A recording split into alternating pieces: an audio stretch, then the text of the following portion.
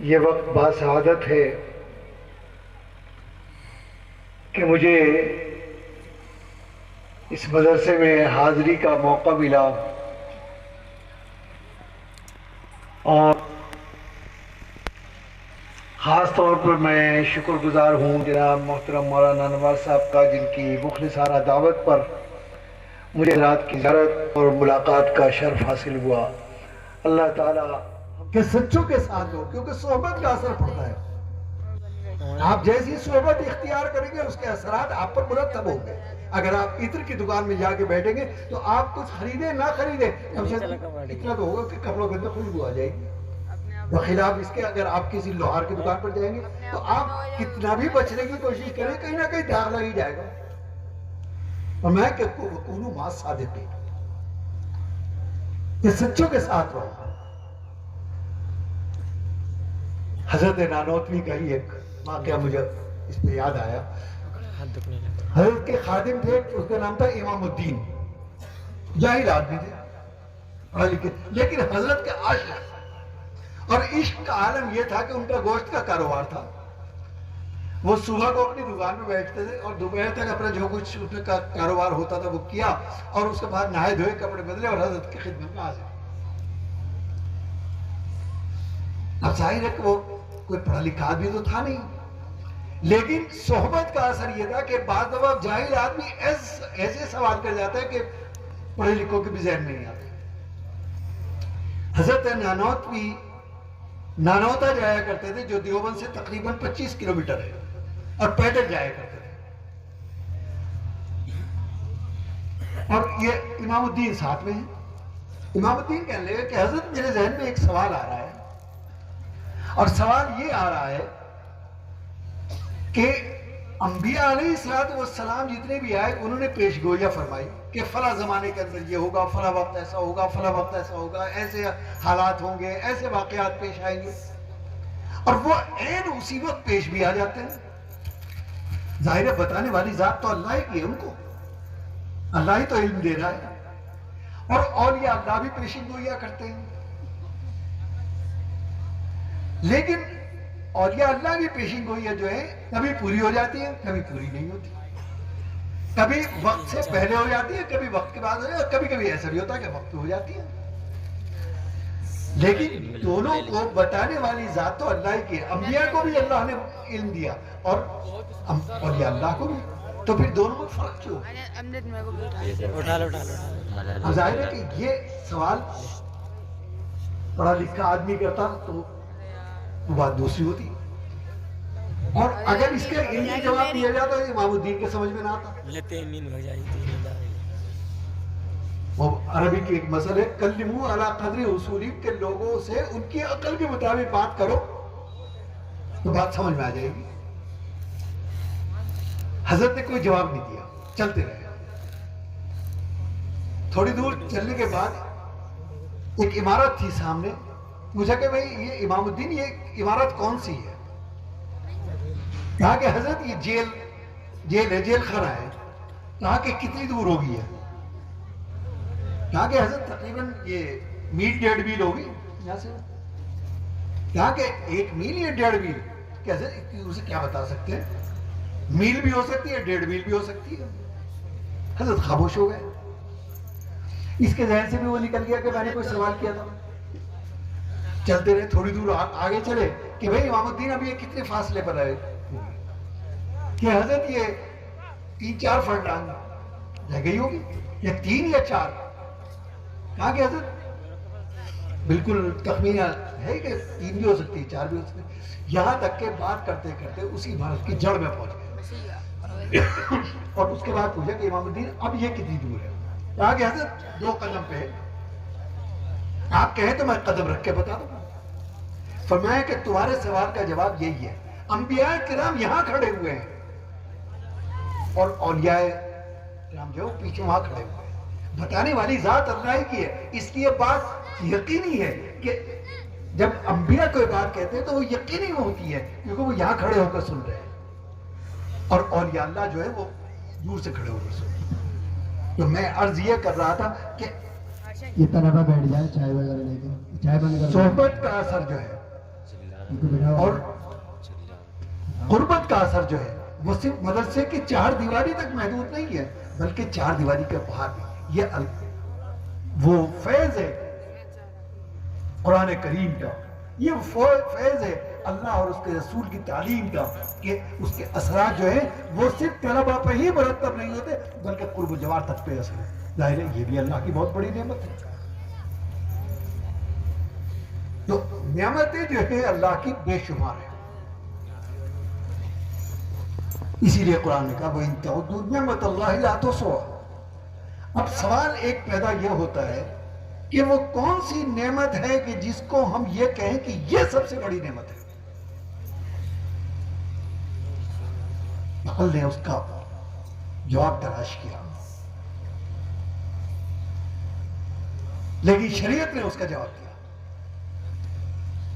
کہ انسان کی سب سے بڑی نعمت اگر کوئی ہے وہ اس کی زندگی ہے۔ اگر زندگی ہے تو تمام نعمتوں سے آدمی لطف اندوز ہوتا ہے، اور زندگی نہیں ہے تو معلوم ہو کہ یہ زندگی ہے، اور یہ زندگی بھی کوئی معمولی زندگی نہیں ہے بلکہ لاکھوں برس کی زندگی ہے، لاکھوں برس کی۔ ہم یہ سمجھتے ہیں کہ ہم پیدا ہوئے تو زندگی شروع اور مر گئے تو زندگی ختم، نہیں، یہ تو زندگی کا ایک بہت معمولی ترین وقفہ ہے، بلکہ ہماری پہلی زندگی عالم ازل میں شروع ہوئی تھی، وہاں ہم کروڑوں برس رہے، ہماری یاد نہیں، پھر اس کے بعد ہمارا انتقال ہوا اور ہمیں عالم غیب کے اندر منتقل کر دیا گیا، وہاں بھی ہم نے کروڑوں برس زندگی گزارے، سفر چل رہا ہے۔ وہاں سے منتقل ہوئے، وہاں سے انتقال ہوا تو عالم الست میں آ گئے، اور عالم الست میں سب سے پہلے اللہ تعالیٰ نے اپنا دیدار کرایا، اور ہم نے بشوش و حواس اپنی تمام قوتوں کے ساتھ، انہی آنکھوں سے، اسی سماعت کے ساتھ، اسی عقل کے ساتھ اپنے اللہ کا دیدار کیا۔ قرآن اس کی گواہی دیتا ہے۔ اللہ تعالیٰ نے سوال کیا الست بربکم، کیا میں تمہارا رب ہوں؟ ظاہر ہے کہ سوال اس سے کیا جاتا ہے کہ جس میں سوال کو سمجھنے کی صلاحیت موجود ہے، بے جان چیز سے سوال نہیں ہو سکتا۔ آپ یہ چاہیں کہ اس سے مائک سے کوئی سوال کر لیں، عقل کے خلاف یہ چیز، سوال اسی سے، پھر محض عقل نہیں بلکہ اس میں دیکھنے کی بھی قوت کہ جو سوال کر رہا ہے وہ کون ہے، جواب دینے کی طاقت بھی ہو، قوت گویائی بھی موجود ہو اس کے اندر۔ تو ہم نے سب سے پہلا سوال جو انسانیت کے سامنے کہ الست بربکم، میں تمہارا رب ہوں، سب سے پہلے روح محمد صلی اللہ علیہ وسلم گویا ہوئی کہ بھلا بے شک آپ ہمارے رب ہیں، اور ہم سب نے اس کا اقرار کیا۔ گویا اس کا مطلب یہ ہے کہ ہم نے اپنے رب کو، اپنے خالق کو، اپنے مالک کو، اس رب کائنات کو ان آنکھوں سے دیکھا، اس عقل سے سمجھا، ان کانوں سے سنا، اور اس زبان سے ان کو جواب دیا، اور پھر اس کے بعد اب عالم الست میں بھی ہم نے لاکھوں برس گزار دیا، پھر اس کے بعد ہمیں عالم ارواح کے اندر منتقل کر دیا گیا۔ اب عالم ارواح سے منتقل ہو کے ہم یہاں پر آ رہے ہیں، ہم پھر اس کے بعد منتقل ہوئے اور عالم بطن میں آ گئے، ماں کے پیٹ میں 9 مہینے کی زندگی ہم نے وہاں گزاری، جو ایک مکمل زندگی ہے۔ تو نہ ہمیں پیچھے کا یاد ہے نہ آگے کا پتا ہے، ہمیں صرف اتنے کا پتا ہے کہ جتنے میں ہم موجود ہیں۔ مثال کے طور پر وہ 9 مہینے کی زندگی جو ہے وہ ایک مکمل ترین زندگی ہے۔ اگر کسی ایسے بچے سے پوچھا جائے جو ماں کے پیٹ میں ہے کہ کیسی زندگی گزارے، اور وہ سمجھنے کے قابل ہو، وہ جواب دینے کے قابل ہو، اور آپ اس کا جواب سمجھنے کے قابل ہو، تو کیا جواب دے گا وہ یہ کہے گا بہت اچھی زندگی ہے۔ کہ کیا کھا رہے ہو؟ کہ بہت بہترین غذائیں کھا رہا ہوں۔ ہم اسے کہیں گے کہ جس دنیا میں تم ہو وہ اتنی چھوٹی سی ہے کہ اس دنیا میں جس میں آنے والے ہو، گویا یہ والی دنیا، اس میں کروڑوں اربوں خربوں تو وہ ایسی دنیا سما جائے، کیونکہ ماں کا پیٹ تو اتنا ہی سا ہے نا، اس دنیا کے اندر کروڑوں ایسے پیٹ سما جائے. اور یہ دنیا اتنی خوبصورت ہے کہ یہاں سمندر ہے، پہاڑ ہے، دریا ہے، باغات ہیں، تو وہ آپ کی بات سمجھے گا نہیں. اس لیے کہ نہ وہ دریاؤں کو جانتا ہے، نہ پہاڑوں کو جانتا ہے، نہ بادلوں کو جانتا ہے، نہ گلستان کو جانتا ہے. لیکن جب وہ یہاں آئے گا تب اسے اندازہ ہوگا کہ میں کس دنیا کے اندر تھا، میں اس کو سب کچھ سمجھ رہا تھا، یہ وہی سب کچھ ہے. یہی صورتحال بالکل عنوان ہماری اس وقت ہے جس سے ہم گزر رہے ہیں، کہ ہم نے اس دنیا کو سب کچھ سمجھ رکھا ہے. یہاں کی غذائیں بہت اچھی ہیں، یہاں کی آب و ہوا بہت اچھی ہے، یہاں کی خوبصورتیاں بہت اچھی ہیں. لیکن اس سے اگلا مرحلہ جو ہے وہ عالم انتظار اور عالم برزخ کا ہے، جہاں ہمیں جانا ہے، جہاں ہم دن رات ہزاروں کو اپنے ہاتھوں سے پہنچا چکے ہیں، لیکن ہم اس کی طرف سے غافل ہیں. اب اگر کوئی ہم سے یہ پوچھے کہ عالم برزخ میں ہم پہ کیا گزرے گی، تو بجز اس کے کہ جو نبی کریم علیہ السلام نے جتنا کچھ بتا دیا اس کے علاوہ ہم کچھ نہیں جانتے. منو مٹی کے نیچے گئے اور معاملہ ختم. اب یہاں والے اس کے بارے میں جانتے ہیں، نہ وہاں والے اس کے بارے میں ہمارے بارے میں جانتے ہیں، اور رابطہ ختم ہو گیا اگلے جہاں میں. تو ابھی غول صدق کے ستاروں سے آگے جہاں اور بھی ہے، ابھی عشق کے انتہا اور بھی ہے. تو ابھی ہم اس دنیا سے عالم برزخ میں منتقل ہو جائیں گے، کتنا عرصہ گزاریں گے وہاں، پھر عالم حشر میں منتقل ہو جائیں گے، پھر یوم جزا کا مرحلہ ہے جہاں 50,000 برس کا ایک دن ہوا، پھر عالم جنت. گویا ایک سفر ہے جو چل رہا ہے اربوں خربوں برس سے. تو ہم ازل سے تو نہیں، ہمیشہ سے تو نہیں، لیکن جب آ گئے اللہ نے پیدا کر دیا تو اب کبھی ختم نہیں ہوں گے، بدلتے رہیں گے، مرحلے بدلتے رہیں گے، دنیایں بدلتی رہیں گی. تو یہ زندگی سب سے بڑی نعمت ہے. اگر یہ زندگی نہ ہوتی تو کوئی بھی نعمت جو ہے وہ ہمارے لیے کارآمد نہیں تھی. تو ہمیں اس زندگی کی قدر کرنی چاہیے اور زندگی کا مقصد بھی متعین کرنا چاہیے کہ ہمیں اللہ نے بھیجا تو کیوں بھیجا، ہماری زندگی کا مقصد کیا ہے. آج آپ جانتے ہیں کہ یہ میڈیا کا دور ہے، سوشل میڈیا کا دور ہے، انٹرنیٹ کا دور ہے. آپ کی انگلیوں پر ساری دنیا کی معلومات جو ہے وہ ایک ٹچ بٹن پر منحصر ہے. آپ نے ایک بٹن دبایا اور دنیا کی معلومات ہے. ایک منٹ کے اندر کروڑوں صفحات اپلوڈ ہو رہے ہیں، معلومات کا ایک سمندر ہے، بہہ رہا ہے. آپ گوگل پر چلے جائیں، ایک سوال ڈالیے 50,000 جواب آپ کو مل جائے گا. لیکن ایک ہے علم، ایک ہے معلومات. یہ معلومات کا دور ہے، معلومات کا سمندر ہے. میں یہ بھی چاہتا ہوں کہ مجھے یہ معلوم ہو جائے کہ اس آسمان پر ستارے کتنے ہیں. میں یہ بھی جاننا چاہتا ہوں کہ حشرات الارض کتنے ہیں دنیا کے اندر.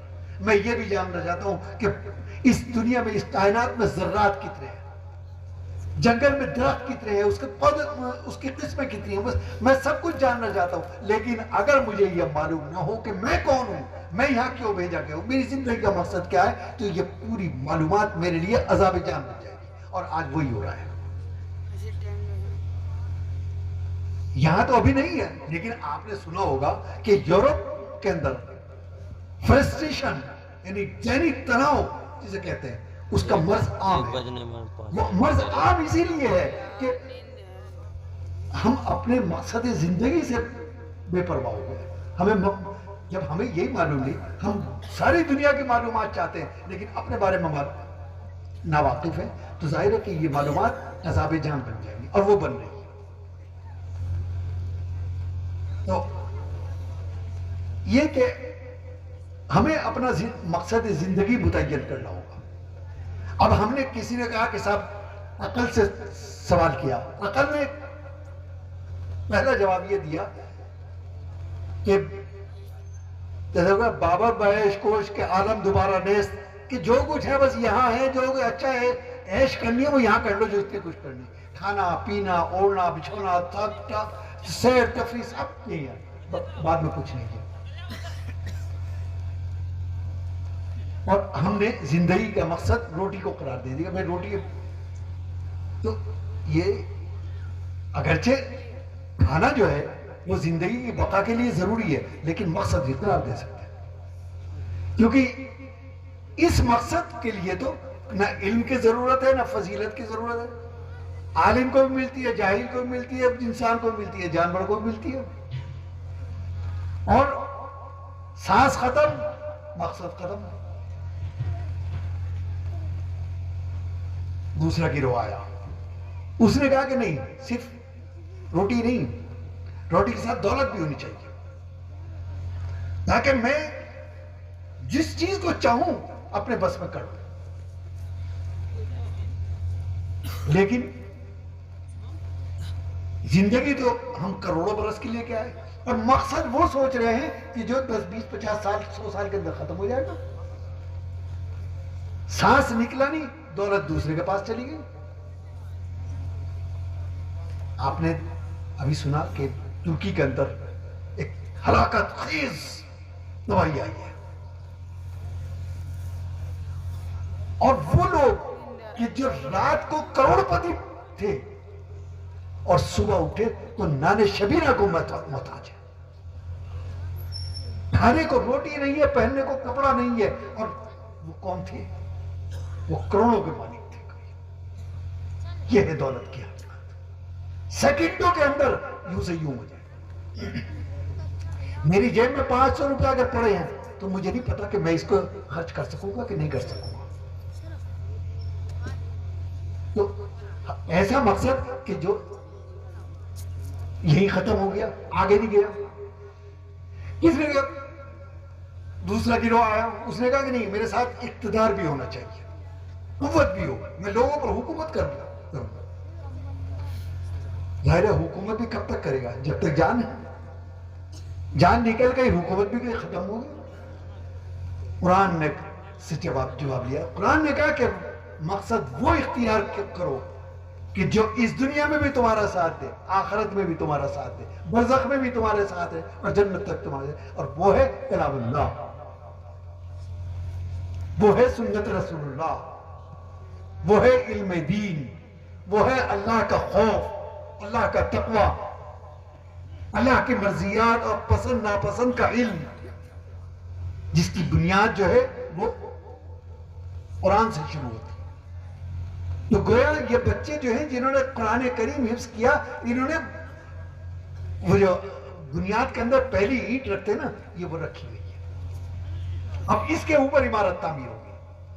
آج یہ صرف الفاظ کے حافظ بنے ہیں, کل یہ معنی کے حافظ بنیں گے, پھر یہ عالم بنیں گے, اور یہ دنیا کی مقتدر کہلائیں گے. بنیاد کیا ہوئی؟ بنیاد کلام اللہ. اسی لیے نبی کریم علیہ السلام نے فرمایا کہ میں تمہارے درمیان 2 چیزیں چھوڑ کر جا رہا ہوں, ایک کلام اللہ اور ایک سنت رسول اللہ. جس نے اس کو تھام لیا وہ کبھی گمراہ نہیں ہو سکتا. ضرورت ہے اس بات کی کہ ہمیں اپنی زندگیوں میں نہ صرف یہ کہ کلام اللہ کی اہمیت کو پہچاننا اور اس کی تلاوت اور اپنے بچوں کو حفظ کی طرف مائل کرنا, بلکہ گھروں کے اندر اس کا اہتمام ہونا کہ چاہے ایک سپارہ ہی کیوں نہ ہو, لیکن جب تک یہ ہے تو برکتیں ہیں. بچہ ابھی کیا نام تھا جس نے بھی ایک پورا حسان, وہ میاں حسان صلی اللہ, کیا عمر ہے؟ 11 سال. 11 سال کی عمر اور 700 صفحے کی وہ کتاب کہ جو دوسری زبان کے اندر ہے, اللہ نے اس معصوم سینے کے اندر محفوظ کر دی کہ اس نے فر فر فر فر کر کے سنا دیا. یہ اللہ کا معجزہ نہیں تو اور کیا ہے؟ کیونکہ نبی کریم علیہ السلام قیامت تک کے لیے نبی بنا کر بھیجے, اس لیے معجزہ بھی آپ کو وہ عطا کیا گیا کہ جس کو آنے والی امت بھی دیکھ سکے. صرف وہی نہیں کہ جو صحابہ کرام اس دور میں تھے, بلکہ قیامت تک آنے والی امت اس معجزے کا ادراک کر سکے، معجزے کو جان سکے، اپنی آنکھوں سے دیکھ سکے۔ تو یہ نبی کریم علیہ السلام کے ہاتھوں پر نازل ہونے والا اللہ کے وہ معجزات ہیں جو آپ ان سینوں کے اندر قرآن کریم کو دیکھ رہے ہیں۔ بہرحال یہ خوش نصیب ہیں، اور وہ ماں باپ خوش نصیب ہیں کہ جنہوں نے ان بچوں کو حفظ میں ڈالا۔ ان کے درجات کیا ہیں وہ اس کا احادیث میں بھی ذکر ہے، اس کا قرآن میں بھی ذکر ہے، تفصیل کا موقع نہیں، لیکن بہرحال ایک مومن کا یہ یقین ہے کہ اس کے ثمرات نہ صرف اس زندگی میں مرتب ہوں گے بلکہ آنے والی زندگی میں نجات و فلاح اور وسیلہ نجات کے لیے اور شفاعت کے لیے، اس سے بڑی سعادت کیا ہوگی کہ وعدہ کیا جا رہا ہے کہ ان بچوں کو 7 آدمیوں کی شفاعت کی اجازت دی جائے گی۔ کیا یہ کوئی معمولی بات ہے؟ دنیا جہان کی دولتوں کو ایک طرف رکھ دیے اور صرف اس سعادت کو ایک طرف رکھ دیے تو پڑھنا یہ والا بھاری ہو۔ تو اللہ نے ایسی سعادت سے بہرور فرمایا۔ بہرحال خوش نصیب ہے، اور خوش نصیب ہے وہ اساتذہ کہ جن کی نگرانی میں یہ حفاظ تیار ہو رہے ہیں اور یہ سند مل رہی ہے، کیونکہ اسلامی علوم کی خصوصیت جو ہے وہ سند کی ہے۔ ان بچوں نے اپنے استاد سے پڑھا، انہوں نے اپنے استاد، یہ نسل در نسل چلتے چلتے یہ سلسلہ صحابہ کرام تک پہنچتا ہے۔ صحابہ کرام نے کلام اللہ کس سے پڑھا؟ نبی کریم علیہ السلام سے۔ نبی کریم علیہ السلام پر کلام اللہ لانے والے کون تھے؟ جبریل امین تھے، اور جبریل امین کو بھیجنے والے کون تھی؟ ذات حق جل مجدہ کی ہے۔ تو گویا حفظ کرنا جو ہے وہ براہ راست اللہ سے رابطہ قائم ہو گیا۔ میں نے جو شروع میں کہا تھا کہ خالق اور مخلوق کا رابطہ کیسے ہو، یہ اس طرح قائم ہو گیا۔ بہرحال خوش نصیب ہے۔ میں دعا کرتا ہوں کہ اللہ تعالیٰ ان کو